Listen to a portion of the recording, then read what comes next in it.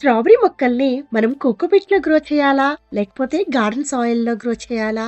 Strawberries ఎక్కువగా కాపు రావాలి అంటే ఏం చేయాలి? స్ట్రాబెర్రీ మొక్కలు ప్రతిసారి నర్సరీ నుండి కొనుక్కొని రావాలా? లేకపోతే రన్నర్స్ నుండి గ్రో చేయాలా? సీడ్స్ నుండి గ్రో చేయాలా? ఇన్ని విషయాలు తెలుసుకోవాలని ఉందా? నమస్తే అండి. నా పేరు Valli. Welcome back to our channel. మీరు వీడియోని స్కిప్ చేయకుండా మొత్తం స్ట్రాబెర్రీ మొక్కల్ని మనము మట్టి లేకుండా ఓన్లీ కోకోపీట్‌లోనే పెంచుకోవచ్చు అనే విషయం మీకు తెలుసా? అలా సులభంగా కూడా గ్రో చేసుకోవచ్చండి. చూస్తున్నారు కదా! ఇక్కడ గ్రో బ్యాగ్‌లో కోకోపీట్‌ని వేసేసి మొక్కలు నాటేశారు. ప్రతి గ్రో బ్యాగ్‌కైతే డ్రిప్ ఇరిగేషన్ పైప్ ఒకటి కనెక్ట్ చేసి ఉంది కదా! ఆ డ్రిప్ ఇరిగేషన్ పైప్ ద్వారాగా అయితే మొక్కలకి అవసరమైన నీరు, మరి ఎరువులు కూడా నేరుగా వాళ్ళు వేళ్ళకే అందించేస్తారు. దీన్నే ఫెర్టిగేషన్ అని అంటారు. నీరు వృధా కాదు, ఎరువుల వినియోగం తగ్గుతుంది, మొక్కలు వేగంగా పెరుగుతాయి. స్టాండ్స్ వేసేసి దానిపైన గ్రో బ్యాగ్స్ పెట్టి దానిలో ఈ స్ట్రాబెర్రీ మొక్కలు నాటడం, ఈ పనులన్నీ ఎవరు చేస్తారు? ఇవన్నీ చాలా డబ్బులు ఖర్చు అవుతాయి అనుకోవచ్చు. కానీ మనకి బోల్డ్ అన్ని లాభాలు ఉన్నాయండి. ముందుగా అయితే డిజీజెస్ అనేవి మొక్కలకి చాలా తక్కువగా వస్తాయి. రెండోది, మొక్కలు పెరుగుదల సమానంగా ఉంటుంది. చూస్తున్నారు కదా, ఒకే లెవెల్లో ఉన్నాయి. రెండోది ఏంటంటే పండ్ల నాణ్యత చాలా బాగుంటుంది. చూస్తున్నారు కదా, వీటికి డిజీజెస్ లేవు.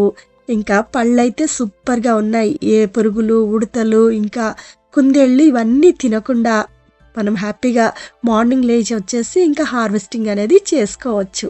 ఈ స్ట్రాబెర్రీస్కి అయితే కూల్గా ఉన్న క్లైమేట్ అంటే చాలా ఇష్టం. అదే 15 డిగ్రీల నుండి 25 డిగ్రీలు మధ్యలోనే టెంపరేచర్ అనేది ఉంటే స్ట్రాబెర్రీస్ చాలా బాగా ఇలా వస్తాయి.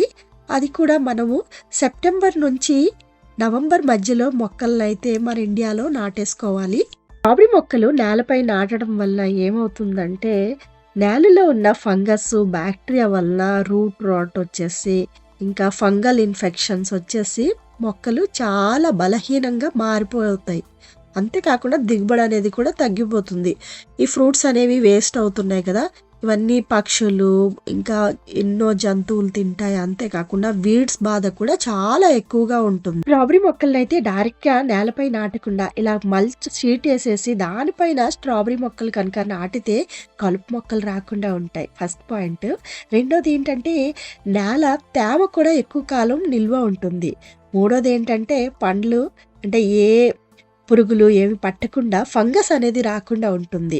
నాలుగోది ఏంటంటే నేలపై ఉష్ణోగ్రత ఏది ఉంటుందో అది కొంచెం సరి సమానంగా నియంత్రణలో ఉంటుందన్నమాట. అంతేకాకుండా వాటర్ ఎలా వేయొచ్చు అనుకోవచ్చు మీరు. డ్రిప్ ఇరిగేషన్ అండి బెస్ట్ దీనికైతే. ఇప్పుడు మీరు చూస్తున్నదైతే వర్టికల్ ఫార్మింగ్ అండి. ఇది వచ్చేసి ఓన్లీ వాటర్లోనే స్ట్రాబెర్రీ మొక్కలు పెరుగుతాయి. అది పైపుల్లోనూ లేకపోతే ఇలాంటి టవర్స్లో పెంచుతారు. ఇప్పుడు మీరు చూస్తున్న స్ట్రాబెర్రీ మొక్క వచ్చేసి నేను నర్సరీలో కొన్న టిష్యూ కల్చర్ మొక్క. మేము స్ట్రాబెర్రీ మొక్కలు కొన్నప్పుడు కొంచెం కాస్ట్ ఎక్కువైనా సరే చూసుకొని మంచి మొక్క కనుక ఒక్కటి తీసుకుంటే చాలు, మనము ఒక్క మొక్కని 10 మొక్కలు చెయ్యవచ్చు. ఎలా అంటే నేను చెప్తానండి ముందు ముందు. మీరు కొత్తగా నా ఛానల్ చూస్తున్నట్లయితే ప్లీజ్ అండి సబ్స్క్రైబ్ చేసుకోండి. వీడియోకి ఒక లైక్ చేయండి. ఇప్పుడు మళ్ళీ వీడియోలోకి వెళ్దాం. మొక్క చూస్తే చాలా చిన్నగా ఉంది. కాకపోతే పువ్వులు బోల్డ్ అన్ని ఉన్నాయి. స్ట్రాబెర్రీస్ కూడా బోల్డ్ అన్ని వచ్చాయి. ఒక్క స్ట్రాబెర్రీ పండింది కదా! ఆ స్ట్రాబెర్రీని నేను వీడియో ఎంత తొందరగా తీసేసి బయటికి వెళ్తే అంత తొందరగా కట్ చేసుకొని దేవుడి దగ్గర పెట్టేసి మరీ తినేద్దామని చూస్తున్నాడు నా చిన్న కొడుకు. ఈ స్ట్రాబెర్రీ మొక్కలో ఎన్ని స్ట్రాబెర్రీస్ వచ్చాయో చివర్లో చూద్దాం గానీ స్ట్రాబెర్రీస్ అయిపోయినాక ఆ మొక్క నుంచి ఎన్ని చిన్న చిన్న తీగల్లా రన్నర్స్ అనేవి వచ్చాయో చూడండి. ఈ చిన్న చిన్న రన్నర్సే మనకి కొత్తగా స్ట్రాబెర్రీ మొక్కలన్నమాట. అందుకనే మీకు చెప్పేదేంటంటే మీరు మొక్క కొన్నప్పుడే కొంచెం కాస్ట్లీ అయినా సరే మంచి మొక్కను కనుక కొంటే తర్వాత వచ్చే రన్నర్స్ నుండి మనం మొక్కల్ని ఇంట్లోనే సులభంగా పెంచుకోవచ్చు. ఇప్పుడు ఒక రన్నర్‌ని నేను కట్ చేసుకున్నాను కదా! కట్ చేసుకున్న రన్నర్ అయితే ఒక పాట్‌లో నేను అది గార్డెన్ సాయిల్ ఓన్లీ. ఇంకా నేను దానిలో ఏమీ వేయలేదు. దానిలోనే ఈ రన్నర్‌ని పెట్టి దానిపైన ఇంకా మట్టి వేసేసాను.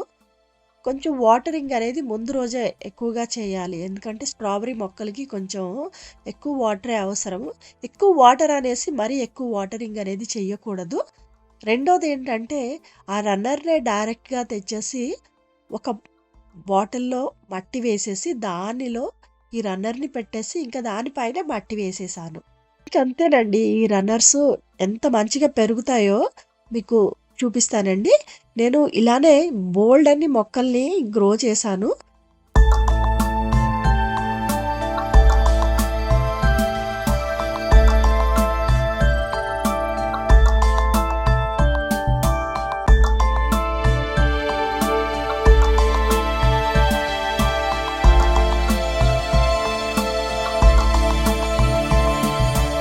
ఇప్పుడైతే నేను మదర్ ప్లాంట్ నుండి ఆ బేబీ ప్లాంట్ ఏదుందో దాన్ని వేరు చేసేసాను. ఇప్పుడు దీనికి రూట్స్ వచ్చాయో లేదో చూద్దామా? బయటికైతే కనిపిస్తున్నాయి రూట్సు. మరి ఎంత స్ట్రాంగ్‌గా ఉన్నాయో ఏంటో మరి మొక్క తీసి చూస్తే గాని మనకి తెలియదు. చూద్దామా మరి? మొక్క తీయడానికి కొంచెం గట్టిగానే ఉంది. రూట్సు మొ చూసారు కదా! రూట్సు ఎంత స్ట్రాంగ్‌గా ఉన్నాయో. బోలెడన్ని రూట్స్ అయితే వచ్చాయి. అందుకనే మీకు చెప్పేది. మీరు ఒక మంచి ప్లాంట్ ముందే కొనుక్కొని తెచ్చి ఇలా రన్నర్స్‌ని నుండి గ్రో చేసుకోండి స్ట్రాబెర్రీ మొక్కల్ని. సీడ్స్ నుండి వచ్చిన మొక్కలకైతే తల్లి మొక్కల్లా ఉండకపోవచ్చండి. పండ్లు కూడా ఎక్కువ రావడానికి సమయం పడుతుంది. ఇవన్నీ చాలా ఉంటాయి. అందుకనే రన్నర్స్ నుండే గ్రో చేసుకుంటే మంచిది. ఆ స్ట్రాబెర్రీ మొక్కకైతే బియ్యం కడిగిన నీళ్ళు, ఇంకా అరటిపండు తొక్క నీటిలో నానబెట్టేసి ఆ నీళ్ళు అన్నీ ఇస్తూ ఉంటానండి. పెద్దగా ఇంకేమి ఇవ్వను నేను. స్ట్రాబెర్రీస్ అయితే బోలెడన్ని ఒకే మొక్కలో వచ్చాయి. అవి పండినాయి కూడా. మా చిన్నోడైతే చాలా హ్యాపీ అండి. ఈరోజు వీడియో మీకు నచ్చిందా? నచ్చితే ఒక లైక్ చేయండి, సబ్స్క్రైబ్ చేసుకోండి. వీడియో మీ ఫ్రెండ్స్‌కి, ఫ్యామిలీకి షేర్ చేయండి. ఏదైనా సజెషన్ కావాలంటే అడగండి. థాంక్ యూ ఫర్ వాచింగ్ అండి. బాయ్ అండి.